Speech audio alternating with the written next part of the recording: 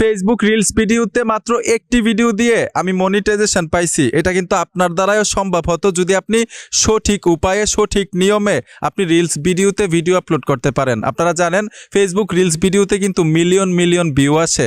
আপনার ফেসবুক অ্যাকাউন্টে অথবা পেজে ফলোয়ার্স নাই, 0 ফলোয়ার্স, আপনারও কিন্তু মিলিয়ন মিলিয়ন ভিউ আসবে যদি সঠিক উপায়ে রিলসে ভিডিও আপলোড করতে পারেন। আমি প্রসেসটা দেখাবো আমি কিভাবে আপলোড করছিলাম, কিভাবে একটা ভিডিও দিয়ে মনিটাইজেশন পাইছি। আমি স্ক্রিনে চলে আসলাম। যেই প্রসেসে আমি ভিডিও আপলোড দিয়ে মাত্র একটি ভিডিও দিয়ে এই মনিটাইজেশন পাইছি, প্রসেসটা কি আপনাদেরকে সহজে শিখাবো।